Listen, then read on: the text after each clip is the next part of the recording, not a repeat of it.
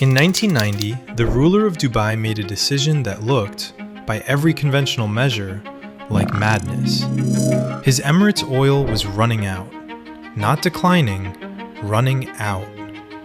Dubai had discovered oil in 1966, but its reserves were a fraction of neighboring Abu Dhabi's, roughly 4 billion barrels against Abu Dhabi's 98 billion. By 1990, the projections were clear.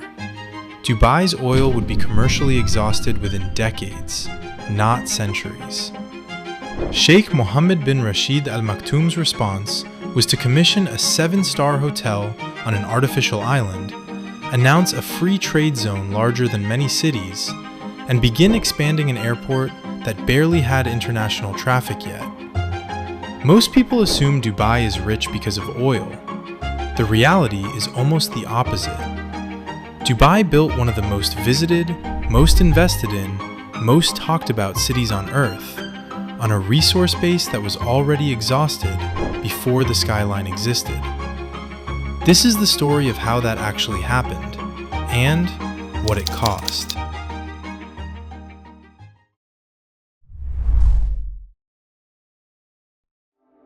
Before the how, the myth needs dismantling, because the assumption that Dubai is an oil city shapes every other conclusion people draw about it, and almost all of those conclusions are wrong. Dubai's real starting position was far more precarious than the shining skyline suggests. Understanding that precariousness is what makes what came next remarkable, rather than simply expensive. Dubai sits on the coast of the Persian Gulf, sharing a country, the United Arab Emirates, with Abu Dhabi, Sharjah, and 5 smaller emirates. Abu Dhabi holds approximately 6% of the world's proven oil reserves. When people talk about UAE oil wealth, they are almost entirely talking about Abu Dhabi. Dubai's reserves were always modest, and the window for extracting them commercially was always short. Before oil, Dubai was something different, a trading port. From the early 20th century, the city's rulers had built its prosperity on re-exporting goods between India, Persia, and Africa. The pearl diving industry, which had sustained it for centuries, collapsed in the 1930s when Japanese cultured pearls destroyed the market overnight. The response was not despair, but pragmatism. Reduce taxes, welcome merchants, make Dubai the easiest place in the region to do business. Foreign traders arrived from Persia, India, and the subcontinent. A small but genuine mercantile culture took root. When oil was discovered in 1966, Dubai's ruling family made a crucial choice. Use the revenues not to distribute wealth or fund consumption, but to build infrastructure. The airport, the port, the trade zone, the roads. The projects were chosen for their leverage, each one designed to make Dubai a more attractive node in global trade, not simply a more comfortable place to live. Sheikh Rashid, Mohammed's father, famously said, "My grandfather rode a camel, my father rode a camel, I drive a Mercedes, my son drives a Land Rover, his son will drive a Land Rover, but his son will ride a camel." The oil money would not last. What you built with it might. By the time Mohammed took power, the oil infrastructure spending had created a platform.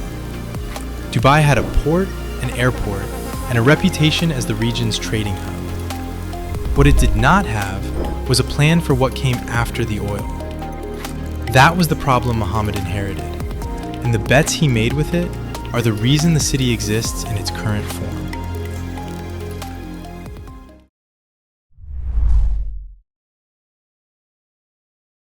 The transformation of Dubai from a small Gulf trading port into a global city was not an accident of geography or a natural consequence of oil wealth. It was the result of 3 specific, sequential, deliberate bets, each one building on the last, each one a decision to spend money Dubai barely had on infrastructure the city couldn't yet justify. Understanding the 3 bets is understanding why Dubai works, and why almost nowhere else has managed to replicate it. Bet 1 was the port. Jebel Ali Port, opened in 1979, was at the time the largest man-made harbor in the world. Dubai did not have the trade volume to justify its size when it was built. The ruling family built it anyway, on the logic that if you create the capacity first, the trade will follow. They were right. Jebel Ali became the largest port in the Middle East and one of the busiest in the world, handling goods flowing between Asia, Europe, and Africa. Today, it processes roughly 14 million container units annually.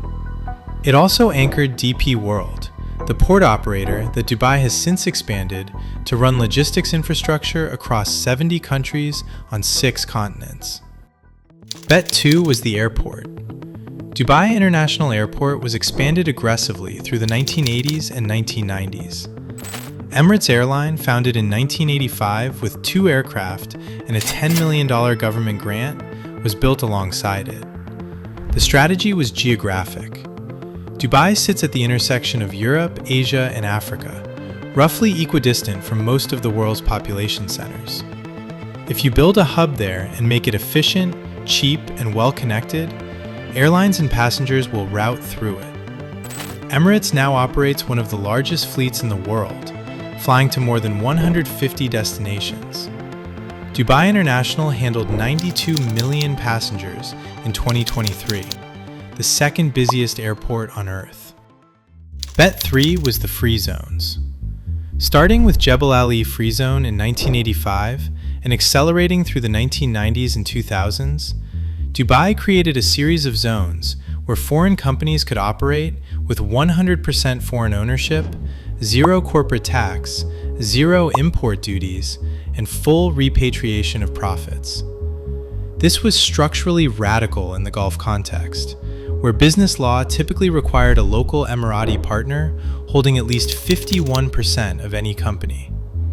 Dubai Internet City, Dubai Media City, Dubai International Financial Center.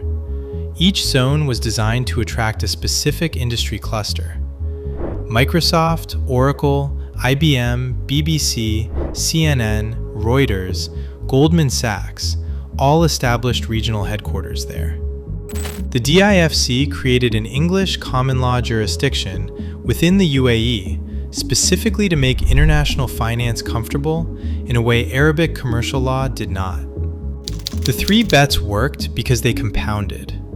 The port attracted trade. The airport attracted people. The free zones attracted companies. Companies needed workers. Workers needed housing, food, entertainment, services. The city that grew to serve those needs became the attraction. By 2024, Dubai's GDP stood at $116 billion, with oil contributing less than 1% of that total. Trade, logistics, finance, tourism, and real estate had replaced the resource that supposedly built the place.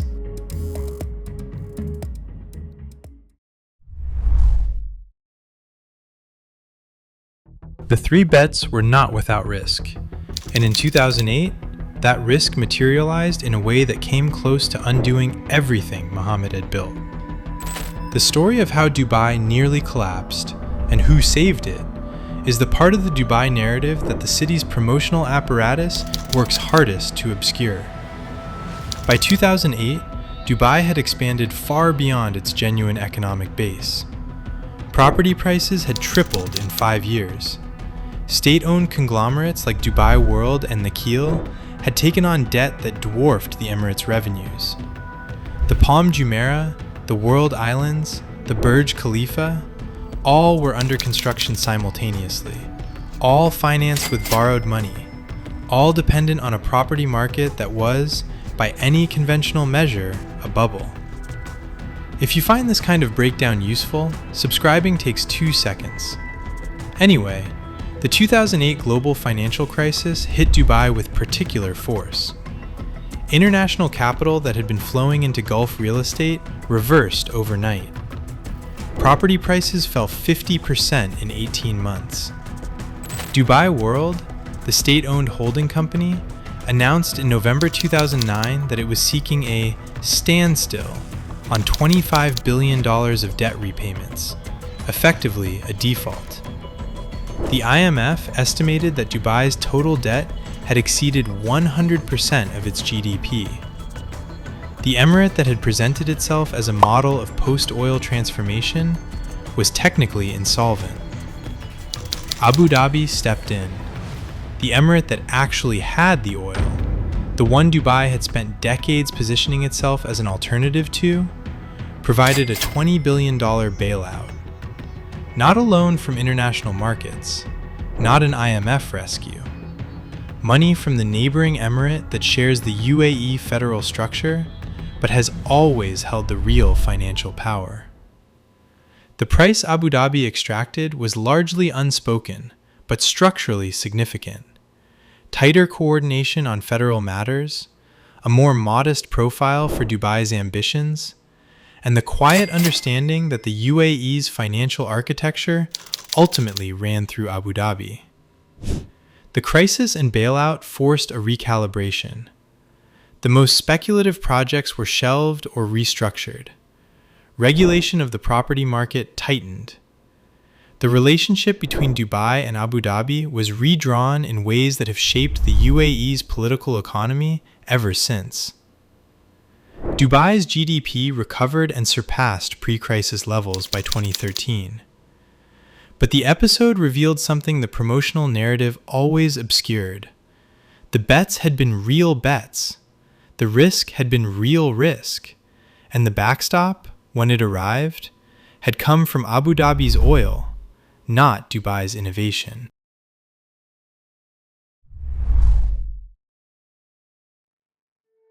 Dubai's transformation is real. The numbers are not fabricated. The city went from desert to global hub in 40 years, largely without the oil wealth that supposedly explains Gulf success. But honest storytelling requires naming what that transformation cost. Because the city that presents itself as a model for post-oil economies was built on a labor system that has attracted sustained international criticism, and on financial secrecy that has made it one of the world's most significant destinations for illicit money. Both things are true simultaneously. Dubai's construction and services workforce is overwhelmingly migrant. The system that governs their employment is called kafala, a sponsorship arrangement under which a worker's legal right to remain in the country is tied to their employer. Leaving a job without the employer's permission, or remaining in the country after a contract ends, can result in deportation. Human rights organizations, including Human Rights Watch, have documented wage theft, passport confiscation, unsafe working conditions, and the inability of workers to change employers without their sponsors' consent. The 2024 Australia-UAE trade deal drew explicit criticism from Australian unions, who described the kafala system as enabling modern slavery. The financial secrecy is a parallel issue. The Financial Action Task Force placed the UAE on its grey list in 2022, a designation for countries with strategic deficiencies in their anti-money laundering frameworks, and removed it only in 2024 after a series of legislative reforms. The DIFC's English common law framework and the free zone structure that attract legitimate business also create structures that can be used to obscure the origin of funds. Dubai's real estate market, with its high-value transactions and historically limited disclosure requirements, has been specifically identified by investigators as a vehicle for money laundering. To be fair here, and this channel will always tell you when something is genuinely contested, the UAE has introduced meaningful reforms to the kafala system since 2021, including the right to change employers without sponsor consent in certain categories, and the introduction of a wage protection system to reduce salary theft. The FATF's removal of the grey list designation reflects genuine legislative progress. The question of whether those reforms are enforced in practice, and whether they address the structural power imbalance between employers and migrant workers, remains actively debated. The city was built by people who will never own a piece of it. The financial system that made it attractive to global capital also made it attractive to global criminality. Neither fact diminishes what Dubai achieved economically. Both facts are part of the same story, and a serious understanding of what Dubai actually is requires holding them alongside the transformation rather than separating them from it.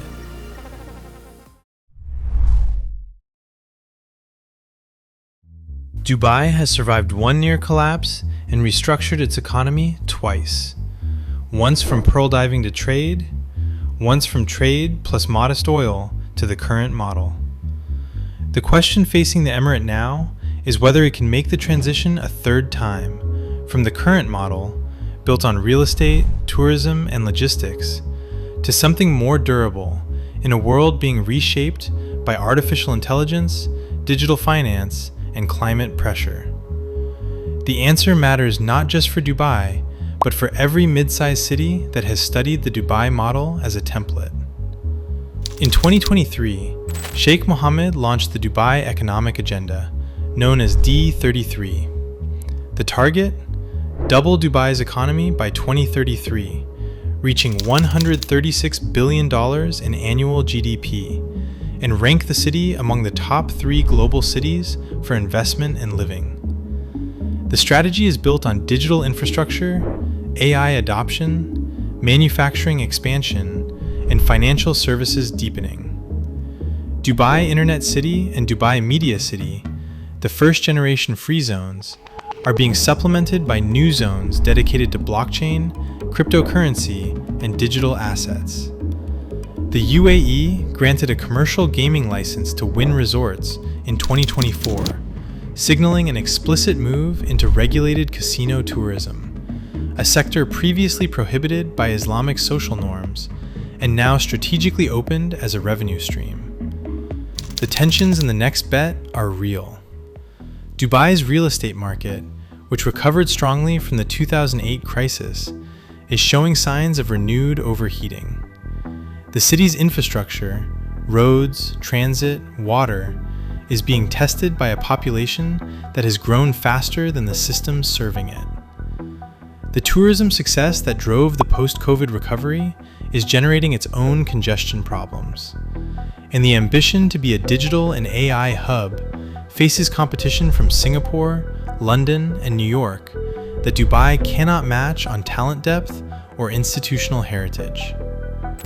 Dubai has made every previous bet from a position of structural disadvantage. Less oil than its neighbors, less history than established cities, less institutional depth than London or Singapore. It won those bets by moving faster, regulating less, and spending on infrastructure before the demand justified it. The D33 agenda is the same playbook applied to a different era. Whether it works depends on whether the city can attract the kind of knowledge economy talent and institutions that respond to a different set of incentives than the logistics and real estate companies that built the first version.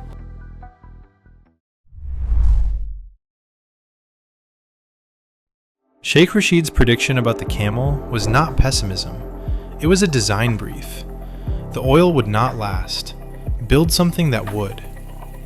What was built?